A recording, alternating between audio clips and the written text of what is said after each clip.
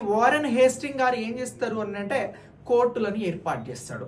So ఈ courts ఎలా ఏర్పాటు చేస్తాడు అని అంటే సివిల్ డిస్ప్యూట్స్ కి సంబంధించినటువంటి కోర్ట్స్ ఒకలా, అలాగే క్రిమినల్ కి సంబంధించినటువంటి కేసులను పరిష్కరించేందుకు కోర్ట్స్ మరొకలాగా ఏర్పాటు చేస్తాడు. సో సివిల్ డిస్ప్యూట్స్ అని అంటే ఆస్తి, వారసత్వము, ప్రాపర్టీ రిలేటెడ్ గా ఉండేటువంటి ఇష్యూస్ ఏవైతే ఉంటాయో వీటికి సంబంధించి ఈయన ఇక్కడ మఫసల్ దివానీ అదాలత్ ని ఏర్పాటు చేస్తాడు.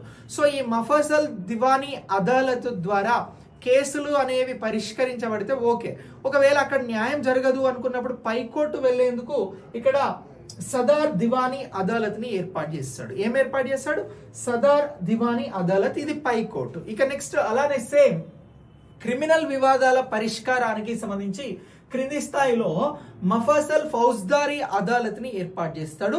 ఇక నెక్స్ట్ ఈ మఫసల్ ఫౌజ్దారీ అదాలత్ లో న్యాయం జరగకపోతే అక్కడ నుంచి పైకోర్టులో అప్లికేషన్ పెట్టుకునేందుకు లేదా పైకోర్టుకు వెళ్ళి సమస్య పైన పోరాడేందుకోసం సదర్ నిజామత్ అదాలత్ అనేటువంటి పైకోర్టుని క్రిమినల్ కేసుల కోసం ఏర్పాటు చేస్తాడు. సో ఇలా ఈ ఎవరైతే వారెన్ హేస్టింగ్ ఉన్నాడో ఆయన న్యాయపరమైనటువంటి అంశాలలో ఇలా కీలకంగా వ్యవహరిస్తాడు. అయితే 1773 రెగ్యులేటింగ్ యాక్ట్ వచ్చిన తర్వాత ఇక్కడ ఈ బెంగాల్ ప్రాంతంలో కలకత్తాకి సంబంధించి సుప్రీంకోర్టు కూడా ఏర్పాటవుతుంది.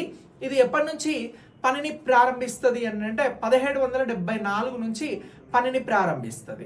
సో ఇలా ఈ బ్రిటిష్ వారి టైంలో సుప్రీంకోర్టు ఎక్కడ వచ్చింది అని అంటే కలకత్తాలో ఏర్పాటైంది 1774 అని చెప్పేసి గుర్తుంచుకోవాలి.